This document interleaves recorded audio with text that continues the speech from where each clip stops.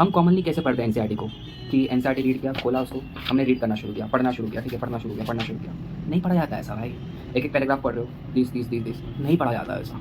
दूसरा चीज़, हमें पूरा एनसीईआरटी का हर एक चैप्टर का पूरा हर एक पैराग्राफ नहीं पढ़ना होता है। जहाँ पे हमारे क्वेश्चन रॉन्ग हो रहे हैं, मॉक टेस्ट क्यों दिया जाता है? ताकि हमें एक छोटा सा कंसाइज कंटेंट पता चले कि हमें क्या रिवाइज करना चाहिए। तुम मॉक टेस्ट दे रहे हो फिर भी पूरी बायोलॉजी पढ़ रहे हो भाई, क्या मतलब आया तुम्हारा मॉक टेस्ट देके जब तुम्हें पता ही नहीं है कि तुम्हें क्या पढ़ना चाहिए। गाइस देख रहे हो, ये दोनों क्या है, 11th एंड 12th का बायोलॉजी एनसीईआरटी।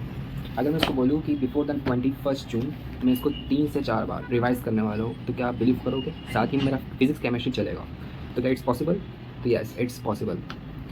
तो देखो, नीट 2026 के बायोलॉजी के पेपर में मुझे 355 स्कोर थे, ठीक है। अब मेरा टारगेट है कि मुझे 360 तक जाना है। बट यस, नीट 2026 का जो बायोलॉजी का पेपर था वो ईजी था अगर तुमने ऑप्शन से किया होगा तो, ठीक है।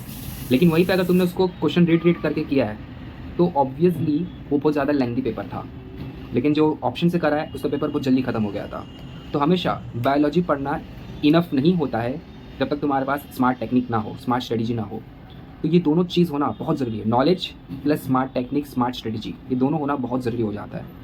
तो बिफोर द 21 जून मुझे इसको कम से कम 3 से 4 बार रिवाइज़ करना है। देखो, तुम्हारा ये रहेगा कि मॉक टेस्ट के अंदर तुम्हारे को बायोलॉजी के अंदर स्कोर 310, 320, कभी कभी 300 से भी कम आता है, ठीक है। ये हमेशा होता ही है। क्यों होता है? तो देखो, मॉक टेस्ट अलग होता है और नीट का टेस्ट अलग होता है। नीट एग्ज़ाम एक नीट एग्ज़ाम, लेकिन मॉक टेस्ट हमारे को सीखने के लिए होता है ना।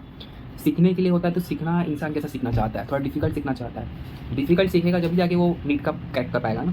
तो इसलिए मॉक टेस्ट में जो बायोलॉजी के क्वेश्चन होते हैं, कुछ वेस्टेड क्वेश्चन होते हैं और कुछ out of NCERT based question होते हैं ना। तो इस वजह से हमारा स्कोर कम हो जाता है। और मोर इम्पॉर्टेंट बात, मॉक टेस्ट के अंदर हमारा जो एग्ज़ाम का टेम्परामेंट वैसा नहीं होता है, हमारा दिमाग उतना एक्टिव नहीं होता है, हमें सुस्तीपन आता है, लेजीनेस आता है, उतना दिमाग हमारा 100% एफिशिएंटली वर्क नहीं करता है। बट जब तुम नीट का एग्ज़ाम जाओगे, तुम्हारा 100% ब्रेन एक्टिव रहेगा अगर तुम ज़्यादा स्ट्रेस नहीं लेते हो तो। अगर तुम कम स्ट्रेस लेते हो, काम इंसान हो, तो तुम्हारा 100% एक्टिव रहेगा ब्रेन उस टाइम पे, और तुम्हारा चांसेस बढ़ जाते हैं कि तुम्हारे स्कोर बढ़े। मैं अपना बता रहा हूँ, मॉक टेस्ट के अंदर मेरा 320, 310 के ऊपर नहीं जाता था बायोलॉजी के अंदर स्कोर। मैं ये बता रहा हूँ भाई, मैं बता रहा हूँ, सच बता रहा हूँ। लेकिन नीट के स्कोर में कितना ला रहा? 355। क्यों? बिकॉज पेपर लेवल अलग होता है, नीट अलग होता है, मॉक टेस्ट अलग होते हैं, ठीक है। तो हमेशा पहली बात। तो दूसरी बात, मैंने कभी भी मॉक टेस्ट का स्कोर देख के मैंने ये अपने दिमाग में ये फिक्स नहीं किया कि मेरे को 310, 320 ही आएगा बायोलॉजी में।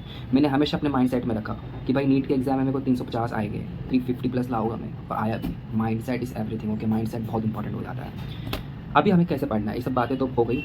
अभी हमें कैसे इसको 3 से 4 बार रिवाइज़ करूँगा, मैं अपना बता रहा हूँ।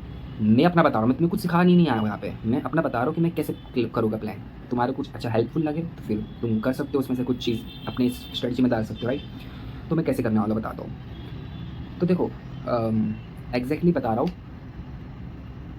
हम कॉमनली कैसे पढ़ते हैं एनसीईआरटी को कि एनसीईआरटी रीड किया, खोला उसको, हमने रीड करना शुरू किया, पढ़ना शुरू किया, ठीक है, पढ़ना शुरू किया। नहीं पढ़ा जाता ऐसा भाई। एक पैराग्राफ पढ़ रहे हो, दिस नहीं पढ़ा जाता ऐसा। सबसे पहली बात, उस चैप्टर का फैक्चुअल चीज़ निकालो, एक्सट्रैक्ट करो, और उस फैक्चुअल चीज़ को अलग से लिखो और उसको पढ़ो। दूसरा चीज़, हमें पूरा एनसीईआरटी का हर एक चैप्टर का पूरा हर एक पैराग्राफ नहीं पढ़ना होता है। जहाँ पे हमारे क्वेश्चंस रॉन्ग हो रहे हैं, मॉक टेस्ट क्यों दिया जाता है? ताकि हमें एक छोटा सा कंसाइज कंटेंट पता चले कि हमें क्या रिवाइज करना चाहिए। तुम मॉक टेस्ट दे रहे हो फिर भी पूरी बायोलॉजी पढ़ रहे हो भाई, क्या मतलब आया तुम्हारा मॉक टेस्ट देके जब तुम्हें पता ही नहीं है कि तुम्हें क्या पढ़ना चाहिए? नहीं दो ना, इससे अच्छा पूरी एनसीईआरटी पढ़ते रहो बस। तो ऐसा नहीं होता है। तुम्हें पता होना चाहिए कि तुम्हारा कौन सा पैराग्राफ रॉन्ग होता है, कहाँ पे तुम्हारे को याद नहीं आती है। लिविंग वर्ल्ड में पढ़ रहा हूँ मैं, लिविंग वर्ल्ड में क्या पहले लाइन से पढ़ूंगा क्या मैं? नहीं, बिल्कुल भी। मैं सिर्फ टेबल पढ़ूंगा एक बार, क्योंकि वो फैक्चुअल चीज़ है, वो मैं भूल सकता हूँ, बस वो चीज़ पढ़ूंगा, आगे बढ़ जाऊँगा। बायोलॉजिकल क्लासिफिकेशन में मैं डायग्राम्स देखूंगा उसके और एग्जाम्पल्स पढ़ूंगा और लाइफ साइकिल दिमाग में रखूंगा। बाकी सब चीज़ तो आती ही है भाई, कि हमें पता होता है कि स्पोरोफाइटिक किसका डोमिनेंट स्टेज है, कौन किस पे डिपेंड कर रहा है, वो सब चीज़ हमें आती है। क्यों पढ़ना भाई वापस? क्यों पढ़ना बताओ? क्यों पढ़ना? नहीं पढ़ना वापस, हमें नहीं पढ़ना है। दूसरा चीज़, बायोलॉजी 2 पार्ट्स का बना हुआ है, एक थ्योरेटिकल पार्ट और एक फैक्चुअल पार्ट। अभी थ्योरेटिकल पार्ट तुम थ्योरी पढ़ भी लियो, इसमें कॉन्सेप्चुअल चीज़ आ जाता है, और उस पर अगर ट्विस्टेड क्वेश्चन पूछा जाए, जैसे मॉक टेस्ट में पूछे जाते हैं जनरली, तो तुम फंस जाओगे नीट के एग्जाम में। इसलिए तुम्हारे को उसका प्रैक्टिस होना चाहिए। इसलिए कुछ बायोलॉजी के चैप्टर्स होते हैं जिनके लिए क्वेश्चन प्रैक्टिस का नीड होता है। हम तो बोलते हैं ये फिजिक्स केमिस्ट्री के लिए क्वेश्चन करना रहता है, लेकिन बायोलॉजी के लिए भी करना रहता है। कुछ कुछ चैप्टर्स होते हैं बायोलॉजी में जिसको तुम्हें एमसीक्यूज करना ही है, जैसे molecular basis inheritance, principle inheritance, genetic evolution. Evolution तुम जितना क्वेश्चन करोगे तुम्हारे को उतना पता चल जाएगा कि भाई इतनी छोटी छोटी चीज़ भी पूछा जाता है। इवोल्यूशन में क्या पढ़ते हैं इंसान, वही चीज़ जो पैराग्राफ में लिखा है, भाई डायग्राम में कितने सवाल बन जाते हैं उसमें, वो करना पड़ता है। चार्ट पूरे कितने सवाल पूछते हैं उसमें, तो वो सब करना पड़ता है ना। नीट के एग्जाम में इस बार रीनीट के 2026 के बायोलॉजी के पेपर में डिफिकल्ट माना जा रहा है कि बायोलॉजी इतना डिफिकल्ट आने वाला है। डिफिकल्ट का मतलब क्या होता है, इस बार कोई भी असर्शन रीजन नहीं था नीट 2026 के एग्जाम में। रीनीट के अंदर assertion reason diagram based question होने वाले, इसकी प्रैक्टिस हो जाएगी, तुम्हारा सॉर्ट आउट है सब भाई, तुम कर लोगे भाई, 360 कर लोगे, बस तुम्हारा प्रैक्टिस होना चाहिए। तो प्रैक्टिस भी बहुत ज़रूरी होता है तुम्हारे को। जब तुम एनसीईआरटी की लाइन्स पढ़ रहे हो तुम उससे दिमाग में लेके आओ भाई असर्शन रीजन क्या बनना है, यहाँ पे क्या पॉसिबल है असर्शन रीजन, ठीक है। तो ये चीज़ तुम्हारे दिमाग में रहना चाहिए, तो तुम्हारे को पता होना चाहिए जो तुमने हाईलाइट किया है तुम्हें वही पढ़ना है। जैसे कि ये वाला देखो, ये यहाँ पे मैं गड़बड़ कर लेता हूँ, क्या ये सेल मेम्ब्रेन का पार्ट है कि हाइड्रोफोबिक तेल कहाँ पे है, हाइड्रोफिलिक तेल का है, इनर आउटसाइड, वो मैं बार बार भूल जाता हूँ। मैंने उसको ही हाईलाइट करके रखा है और मैं वही पढ़ने वाला हूँ, ठीक है। अब मैं पूरा नहीं पढ़ते बैठूंगा कि क्या क्या होता है, कुछ नहीं, इफेक्चुअल चीज़ रहेगा इसमें और कुछ ये रहेगा, बस वही पढ़ूंगा।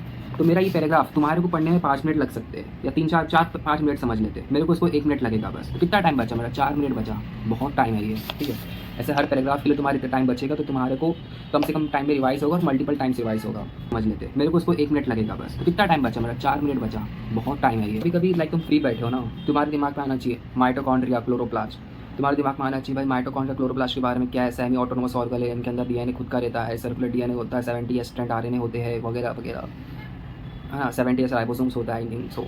और फिर उसके बाद एंजाइम्स कहाँ पे होता है, माइटोकॉन्ड्रिया के मैट्रिक्स में कहाँ है, ईटीएस कहाँ पे होती है, क्लोरोप्लास्ट में कहाँ होती है, ल्यूमैन H+ का एक्यूमुलेशन कहाँ पे होता है, तुम्हारे दिमाग में सब आना चाहिए। तुम्हारा कनेक्शन होना चाहिए इस माइटोकॉन्ड्रिया क्लोरोप्लास्ट का, फोटोसिंथेसिस के क्लोरोप्लास्ट का और रेस्पिरेशन प्लांट का माइटोकॉन्ड्रिया से तुम्हारा लिंक रहना चाहिए पूरा। जब तुम लिंक पढ़ोगे तो मतलब तुमने ये भी चैप्टर पढ़ा, तुमने वो भी चैप्टर पढ़ा एट अ टाइम, इससे तुम्हारा और मल्टीपल लिंक बनेगा ना, तो तुम्हारा और अच्छे से होगा कवर। तो मेरा यही है मकसद कि भाई कोई भी चैप्टर को मेरे को टाइमर लगा के रीड करना है उसको, जो चीज़ मेरे को नहीं आती है। तो हर एक चैप्टर मेरा टारगेटली 1 घंटे के अंदर हो जाएगा।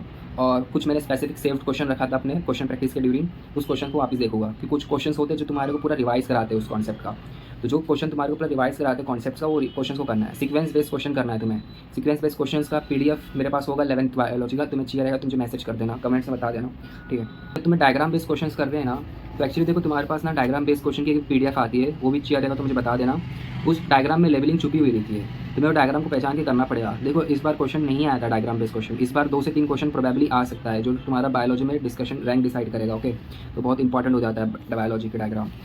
नीट का जेई का जो टेस्ट है ना, उसमें बहुत सारे डायग्राम बेस्ड क्वेश्चन पूछे थे, मैंने किया था, तो मेरे को बहुत सही लगा वो। और मेरे को ना याद नहीं होते यार डायग्राम, बिल्कुल बहुत जान पे आता है पढ़ने को। सिलेबस कंप्लीट करना है मुझे कैसे भी करके 15 जून तक का, 15 जून तक का, कैसे भी करके यार। बहुत स्ट्रेस हो रहा है बट हो जाएगा ना, हो जाएगा। अपने अंदर ना बिलीफ रखा करो, तो ऐसा ही हमारे अंदर कॉन्फिडेंस आएगा। और जब तुम पॉजिटिव लोगों के साथ जुड़ोगे तो तुम्हारे अंदर और पॉजिटिविटी आएगा। नहीं, तुम्हारे को एक अपॉर्चुनिटी मिला है, बहुत अच्छा अपॉर्चुनिटी है, सो तुम वेस्ट कर दिए तो तुम्हारा 1 साल बर्बाद होने से कोई नहीं रोक सकता है तुम्हारे को, है ना। वही पर इसका फ़ायदा उठा लिया तो 1 साल तुम्हारे बच जाएंगे, तो याद रखना पड़ेगा, ठीक है। All the very best.